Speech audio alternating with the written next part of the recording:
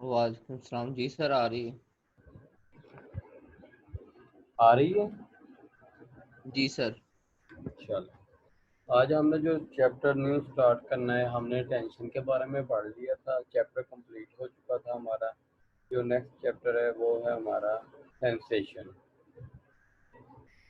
Sensation के notes में आपके साथ शेयर करता हूँ, फिर उसके बाद हम फर्दर उसकी रीडिंग की तरफ जाते हैं।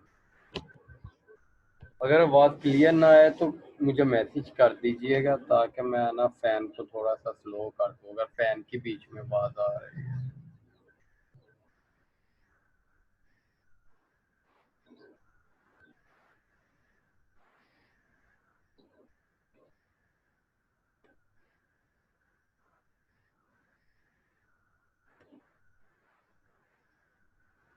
चले जी, ये चैप्टर हम पढ़ने के लिए जा रहे हैं। इसमें बेसिकली क्या कहा गया है कि जी, right no your eyes are moving on your book page, your eyes are moving on different lines on this page. अब इस पेज के ऊपर मुख्तलिफ लाइंस हैं। आपकी जो आइज है ना, उस पे मूव कर रही है, यानी कि आप उसको देख रहे हो कि मुख्तलिफ लाइनें हैं, आपकी आइज उसके अकॉर्डिंग मूव कर रही है जिस लाइन की भी आप रीडिंग करने के लिए जा रहे हो। इसमें लुकिंग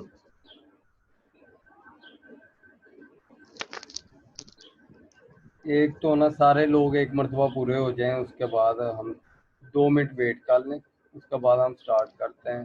क्योंकि एक को मैं ओके करता हूँ, उसके बाद 3 और आ जाते हैं।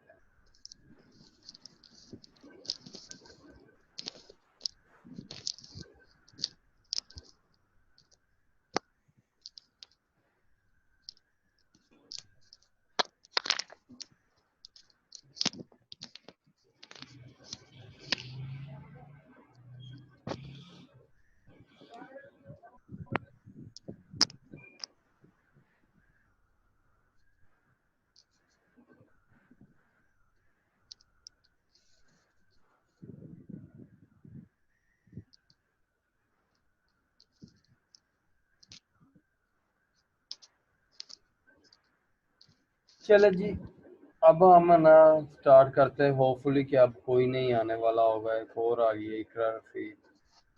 और तो नहीं कोई रह गया? पहले पता नहीं सोए हुए होते हैं सब लोग, अचानक से ख्याल आता है कि जी आज क्लास। यस सर, ऐसे ही तो है। स्टार्ट करें। Right no your eyes are moving on different line on this page. आपकी जो, अगर हम इस वक्त मुशाहदा करें, आप सबके सामने ये वाला पेज जो है, आपकी आंखें डिफरेंट लाइंस पर इस पेज के ऊपर हरकत कर रही हैं। Looking from your book you encounter a variety of object. अगर आप अपनी बुक को देखेंगे तो आपको बहुत सी चीज़ें नज़र आएंगी।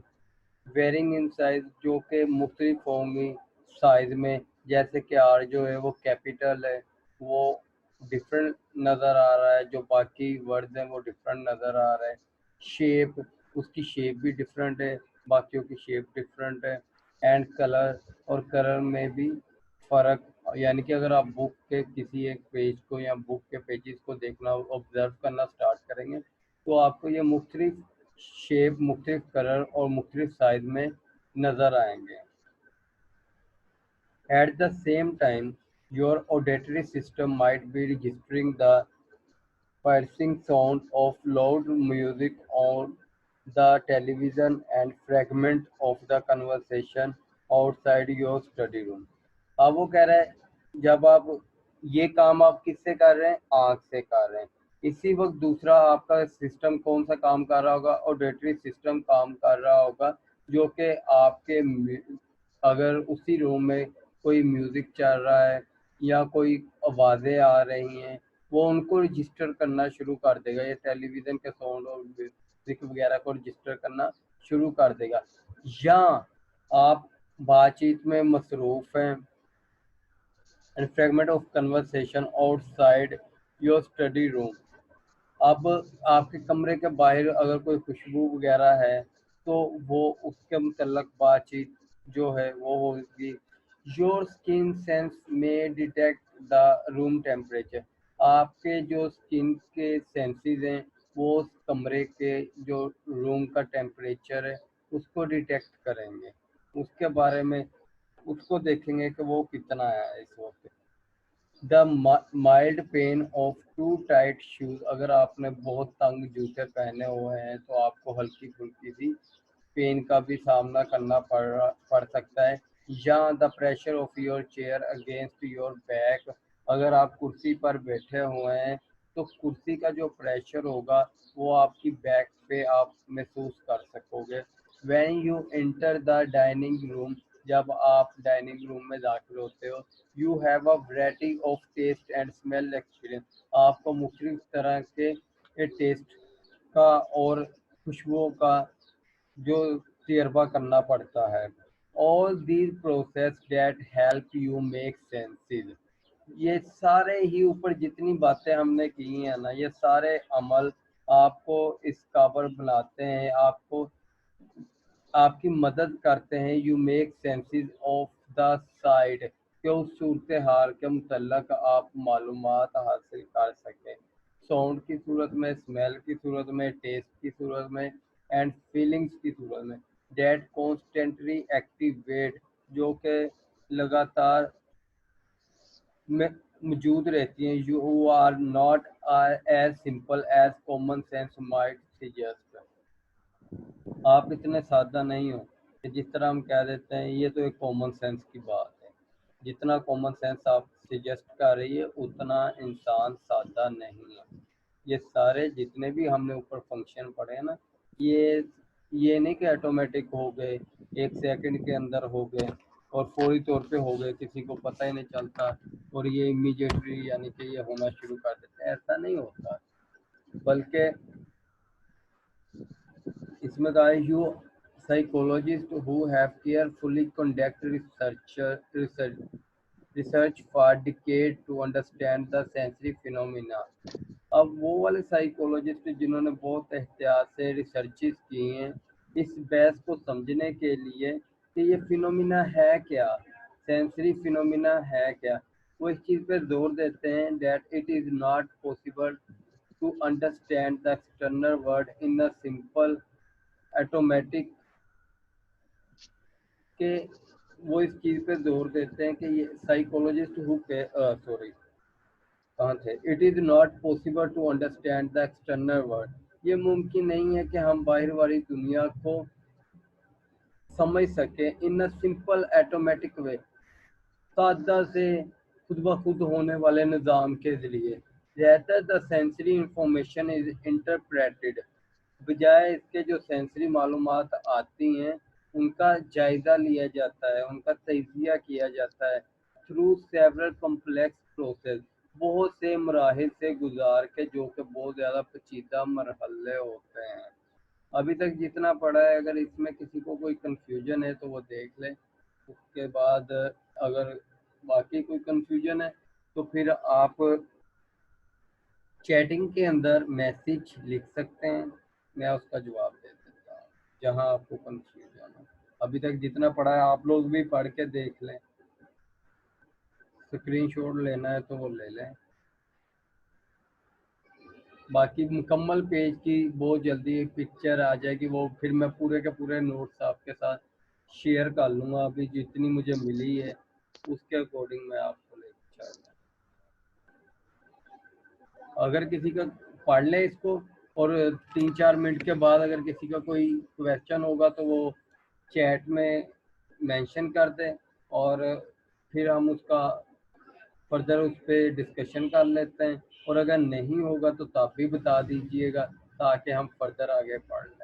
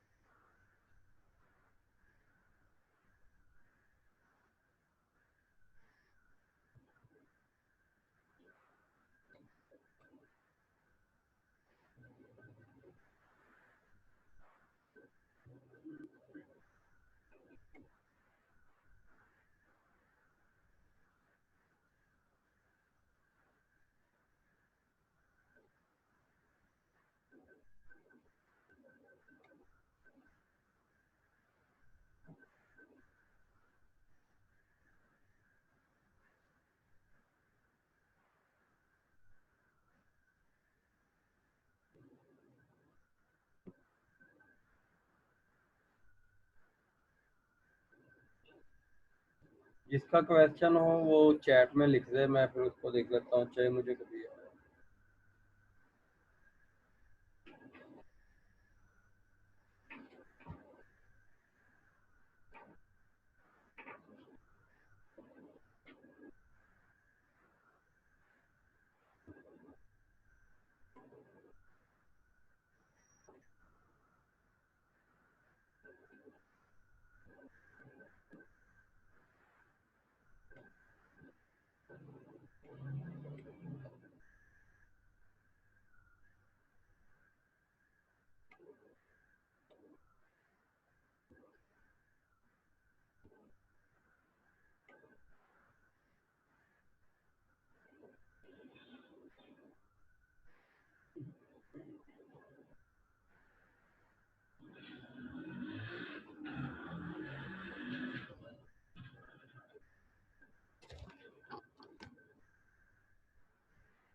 चले जी नेक्स्ट पर आ जाए, stimuli and sensation. The external world continually provide various forms of physical energy including light, sound, heat and smell that can impinge on our sensory receptors। अब अगर हम अपनी बैरूनी दुनिया को देखें, हम अगर जहाँ जहाँ आप लोग बैठे हो इधर ही थोड़ा सा फील करें कि आप क्या देख रहे होगे, रोशनी को हल्की फुल्की सी बास भी आ रही होगी, थोड़ी सी आप हीट भी महसूस कर रहे होगे और किसी न किसी चीज़ की स्मेल भी आ रही होगी। ये सारी चीज़ें क्या करती हैं, हमारे जो रिसेप्टर्स हैं ना, उनसे आके सेंसिस के जो रिसेप्टर होते हैं उनसे आके ये टकराती हैं। इस सारे अमल को, ये जो फिजिकल एनर्जी है, जो लाइट की सूरत में हो या साउंड की सूरत में हो या स्मेल की सूरत में हो, ये फिजिकल एनर्जी हमारे सेंसरी रिसेप्टर्स के साथ आके टकराती है। Any source of physical energy that activate a sense organ is called a stimulus. कोई भी जरिया हो फिजिकल एनर्जी का जो हमारी सेंसरी ऑर्गन्स को एक्टिवेट करते हैं, उसको हम कहते हैं स्टिमुलस। कोई भी सूरत हाल, कोई भी चीज़, कोई भी मज़हर, उस सारी चीज़ों को हम क्या कहते हैं, स्टिमुलस, क्योंकि इसने आके ये हमारे रिसेप्टर्स को एक्टिवेट कर दिया है, ये आके हमारे रिसेप्टर्स के साथ टकराया है और इसने एक्टिवेट कर दिया और हमें इस सारे अमल को हम कहते हैं कि ये स्टिमुलस है। Scientist have two way of measuring this energy. अब ये जो फिजिकल एनर्जी है जो साउंड की सूरत में भी हो सकती है, हमने पढ़ा है, और स्मेल की सूरत में भी हो सकते हैं, हीट की सूरत में भी, लाइट की सूरत में भी। इसको मेजर किस तरह से किया जाएगा? देख, साइंटिस्ट ने कहा दो तरीके होते हैं एनर्जी को मेजर करने के। They can measure it in physical term. एक तो तबई तरीका होता है कि हम उसको मेजर करें उसके तबई तरीके के हिसाब से, और सच एज थर्मोमीटर हो गया, और अब वेट स्केल हो गया। थर्मामीटर होता है, उससे वो तो वही तरीका है कि हम उसको यूज़ करके हम उसके बारे में जान सकते हैं। इसी तरह वेट स्केल हो गया। Such reading are expressed in unit. इस तरह की जितनी भी रीडिंग्स होती हैं ना, वो यूनिट में बताई जाती है। जैसे कि फ़ारेनहाइट टेम्परेचर जो है वो फ़ारेनहाइट डिग्री में या सेल्सियस में, अगर वो वेट है तो वो किलोग्राम में बताया जाता है, यानी कि यूनिट की सूरत में उसको बताया जाता है।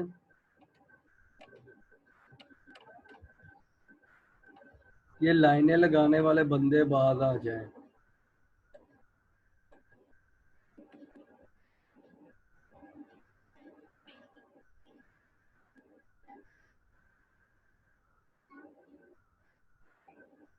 इस चीज़ की समझ आ गई है।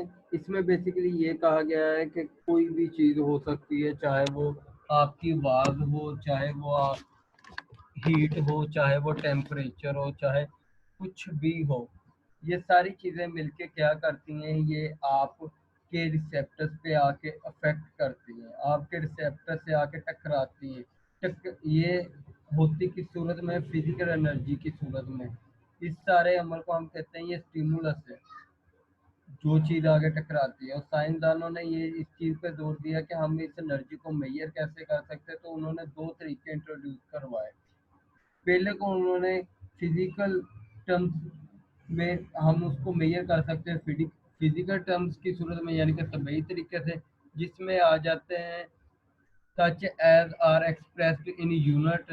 सच एज यूनिट की सूरत में फिर हमें उसे एक्सप्लेन करना पड़ता है, जैसे फ़ारेनहाइट या सेल्सियस वगैरह में हम टेम्परेचर को नोट करते हैं, और इसी तरह अगर वेट वगैरह हो तो उसको किलोग्राम की सूरत में हम नोट करते हैं। अभी तक जो पढ़ा है इसको एक मरतबा आप इस पैराग्राफ को भी पढ़ लें, फिर हम फर्दर आगे चलते सर नोट्स ही नहीं क्लियर हो रहे, आप हमें व्हाट्सएप पे नोट सेंड कर दें ताकि हम लोग खुद देख लें वहां से। हैं। आप इस तरह करें, टाइप कर लें मैसेज, मैं वो देख लेता हूँ।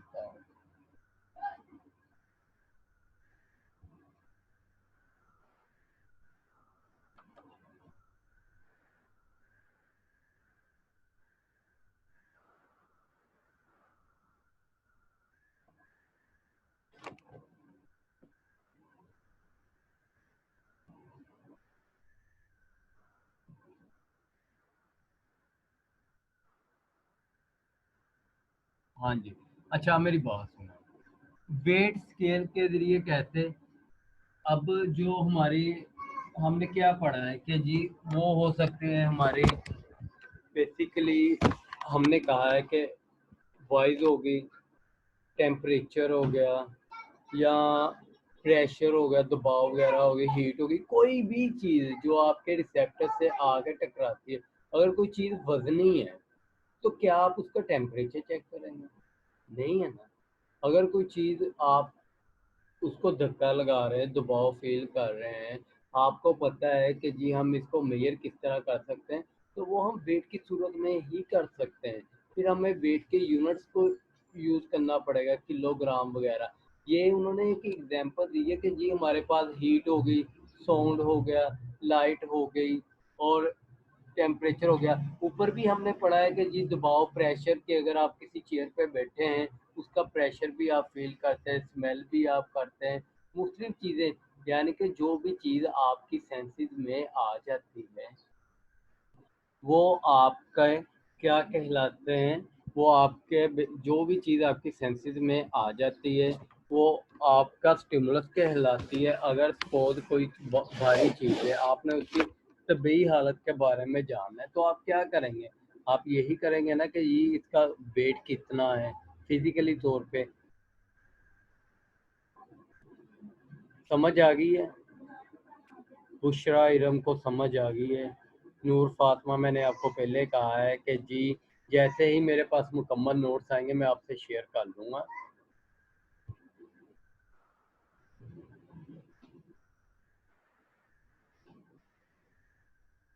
और किसी का कोई क्वेश्चन है तो पूछ सकते हैं।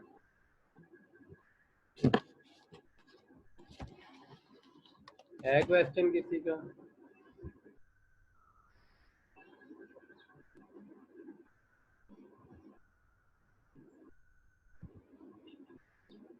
इसकी रीडिंग ले लें पूरे पेज की, फिर आगे हम फर्दर चलते हैं ताकि आज ही कम से कम एक टॉपिक हम कवर कर लें।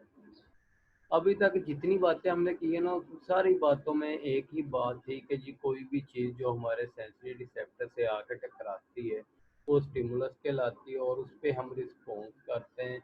ये इतना आसान अमल नहीं होता, ये ऑटोमेटिक नहीं होता, बल्कि बहुत से पेचीदा मराहिल से गुजर के ये अमल जो होता है वो अमल हो रहा होता है। और इसके अलावा उन्होंने कहा कि जी अगर हम इसको मेजर करने के बारे में सोचे, साइंसदानों के मुख्तलिफ नज़रिए थे। उनके ख्याल में ये है कि हम इसको मेजर दो तरीक़ों से कर सकते हैं। एक हम फिज़िकल टर्म्स में कर सकते हैं और एक साइकोलॉजिकल टर्म्स में कर सकते हैं। फिज़िकल टर्म्स में हम यूनिट्स की सूरत में करते हैं, जैसे कि वेट वगैरह की बात हमने काली के वेट वगैरह किलोग्राम्स की सूरत में। और अगर हमने टेम्परेचर वगैरह को मेजर करना है तो आप उसको सेल्सियस या फ़ारेनहाइट में मेजर कर सकते हैं। ये उसकी तबीयत सर्वर स्मेल को हम मेजर।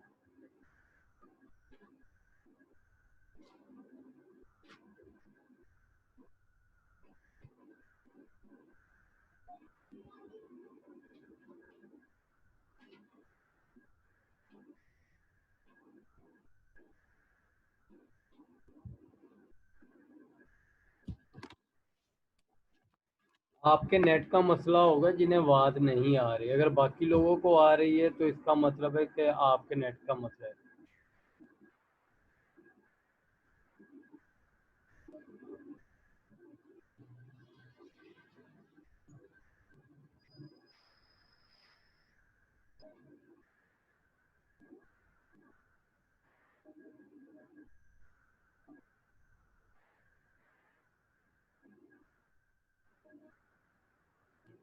अच्छा जी, एक क्वेश्चन और आया है कि जी हमारी स्मेल जो है वो भी सेंसेशन है, हम इसको मेजर कैसे कर सकते हैं? हमने एक चीज़ पढ़ी है कि हम दो तरीक़ों से मेजर कर सकते हैं, या तो वो फिज़िकल होगा या साइकोलॉजिकल होगा। अगर फिज़िकली हम स्मेल को मेजर नहीं कर सकते, अलबत्ता फिज़िकली हम ये मेजर ज़रूर कर सकते हैं कि कितनी स्मेल है। कि सपोज अगर आपके पास एक परफ्यूम है तो आप उस परफ्यूम की बोतल को कर सकते हैं। गुलाब है, गुलाब के फूलों का वज़न कर सकते हैं, तो हमें उससे अंदाज़ा हो जाएगा कि इससे कितनी स्मेल जो है वो हो सकती है या फ्रेगनेंट हो सकती है। ये चीज़ें आप लोग ना नोट फॉर।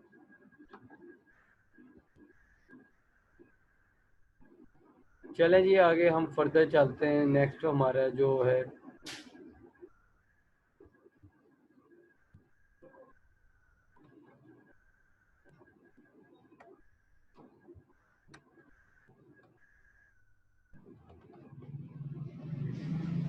नेक्स्ट पेज पर आ जाएं आप लोग।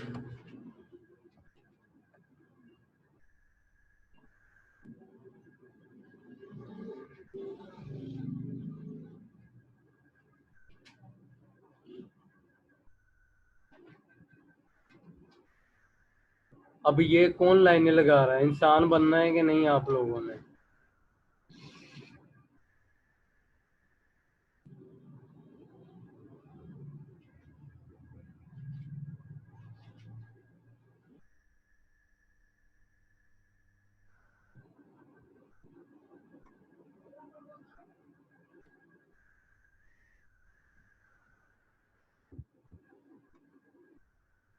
अच्छा जी, इसमें हम फर्दर ये अब वो कह रहा है कि ये जो हमने बातें की है विजुअल को हम किस तरह से कर सकते हैं, और इसके अलावा इन्होंने ब्राइटनेस की बात की है, शेड वगैरह, शेड्स ऑफ डार्कनेस और loads of sound, all these characteristic represent the psychological aspect of a sensation.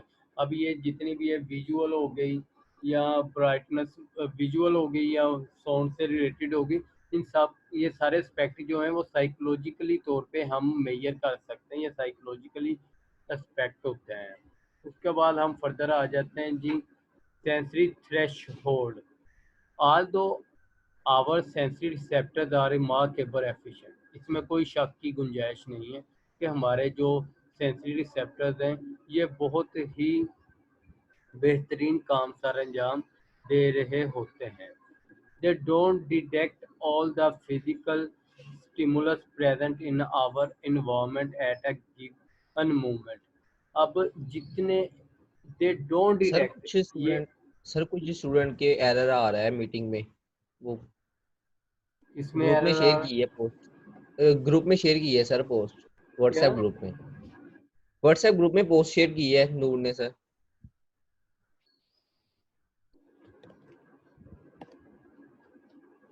अब वो कह रहे हैं कि basically they don't detect all the physical stimulus present in our environment at a given moment. जो लम्हा हमारे पास है उसमें हम सारे के सारे स्टिमुलस को डिटेक्ट नहीं कर सकते माहौल से, एट एनी गिवन मोमेंट जो हमारे पास लम्हा है। Just when does a stimulus become strong enough to be detected by our senses organ. ये तब होता है, तब हम किसी स्टिमुलस को डिटेक्ट करते हैं जब वो इतना ज़्यादा स्ट्रॉन्ग हो जाता है कि हम हमारे सेंसरी ऑर्गन्स उसको डिटेक्ट करने पे मजबूर हो जाते हैं। How many changes in the intensity of a stimulus must occur for a person to notice it.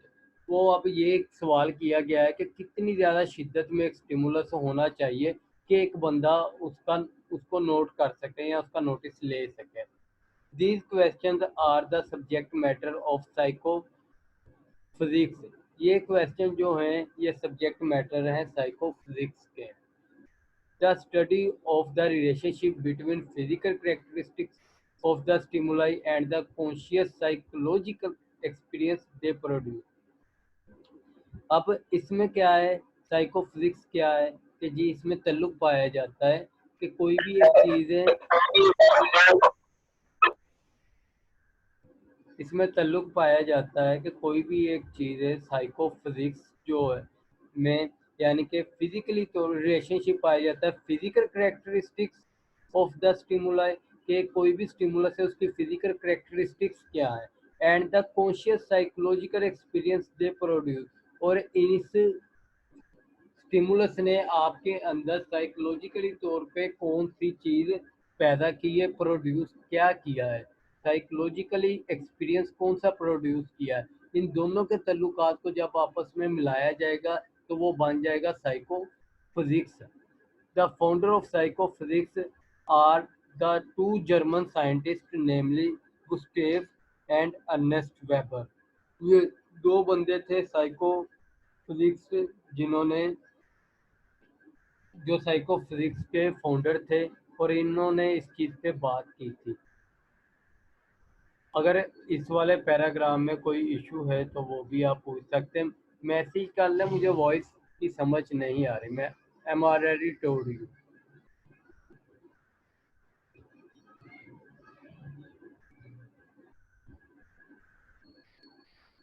जिसको कोई मसला है वो मैसेज कर लें।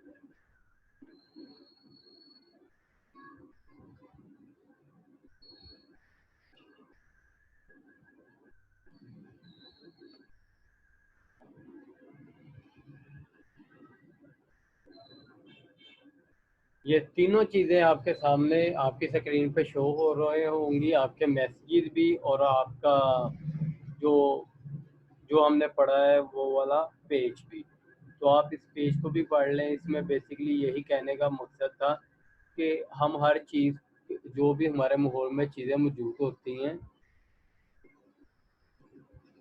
जो भी चीज़ें हमारे माहौल में मौजूद होती हैं उन सारी चीज़ों को हमारे सेंसरी ऑर्गन डिटेक्ट नहीं करते, सिर्फ उनको डिटेक्ट करते हैं जो कि बहुत ज़्यादा शिद्दत वाले होते हैं, उनको डिटेक्ट किया जाता है और डिटेक्ट करने के बाद उन पे ही रिस्पॉन्स दिया जाता है। लेकिन अब सवाल ये पैदा होता है कि हमें किस तरह पता चलेगा कि कितनी इंटेंसिटी में हो तो हमने उस पर रिस्पॉन्स करना है और हमारे जो सेंसरी ऑर्गन है उनको डिटेक्ट करना है। इस चीज़ का सवाल इस सवाल का जवाब जो है वो साइकोफिजिक्स के ज़रिए दिया जा सकता है। साइकोफिजिक्स क्या है? रिलेशनशिप होता है फिजिक्स का और साइकोलॉजिकली रिस्पॉन्स का।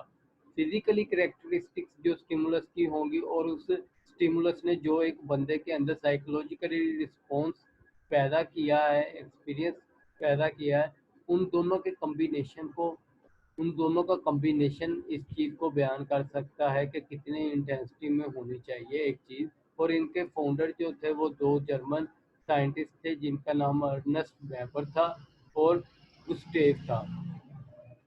अब इसका जो था ना, बेसिकली मैं आपको एक एग्जांपल देता हूँ जिसको हम कहते हैं थ्रेश होल्ड।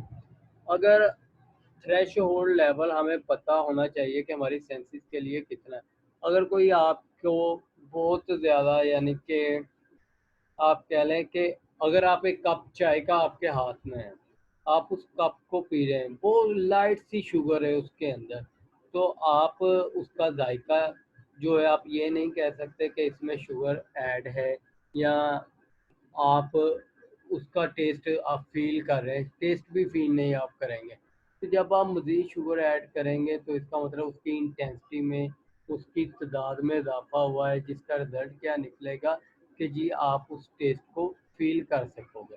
यानी कि अगर लो लेवल पे हो तो हम वो टेस्ट भी फील नहीं कर सकते, लेकिन जैसे ही हम उसकी मकदार को बढ़ाएंगे तो हम इस काबिल हो जाएंगे कि हम उस टेस्ट को, इसी तरह अगर एक कप है, आपने चाय का पकड़ा है, आपको वो गर्म फील नहीं हो रहा, लेकिन अगर आप उसको मज़ीद थोड़ा सा गर्म करेंगे तो आप बाएं से पकड़ते वक्त अपना हाथ फौरी तौर पे पीछे हटा लेंगे। इससे ये बात साबित होती है कि इंटेंसिटी लेवल और जो थ्रेश होल्ड लेवल होता है ना, वो डिटेक्ट कर रहा होता है कि ये चीज़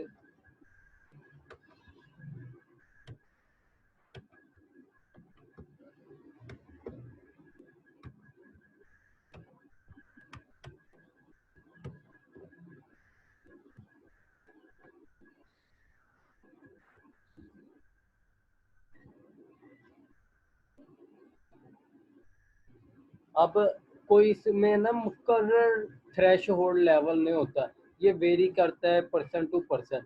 कोई बंदा बहुत कम शुगर को ही बहुत जल्दी फील कर रहा है, किसी कोई बार बार नमक डालता है खाने में, कोई थोड़े से ही उसके नमक के जायके को फील कर रहा होता है। इसलिए अब एब्सोल्यूट थ्रेश होल्ड की ज़रूरत पड़ी थी साइकोफिजिक्स वालों को कि एक हम मुकर्रर अगर करें कि जी थ्रेश होल्ड लेवल कितना है, तो वो हम किस तरह से कर सकते हैं। इसको हम अपने नेक्स्ट वाले जो लेक्चर होगा उसमें डिस्कस कर लेंगे। अभी क्योंकि क्लियर पिक्चर नहीं है नोट्स की, इस वजह से मैं भी इतना ज़्यादा आपको नहीं करवा रहा। कल तक आपको मुकम्मल नोट्स भी प्रोवाइड हो जाएंगे और उसका हम मुकम्मल पढ़ भी लेंगे। और ये जो एक पेज है हमने पढ़ा है, इसको भी आप रीडिंग ले लीजिएगा। अगर किसी का कोई इशू हुआ तो फिर हम फर्दर डिस्कस कर लेंगे। दोबारा अगर करना पड़ा तो वो भी दोबारा भी रिपीट कर लेंगे। लेकिन अभी जो आपके लिए काम है कि जितना पढ़ा है इसको एक मरतबा पढ़ के देख।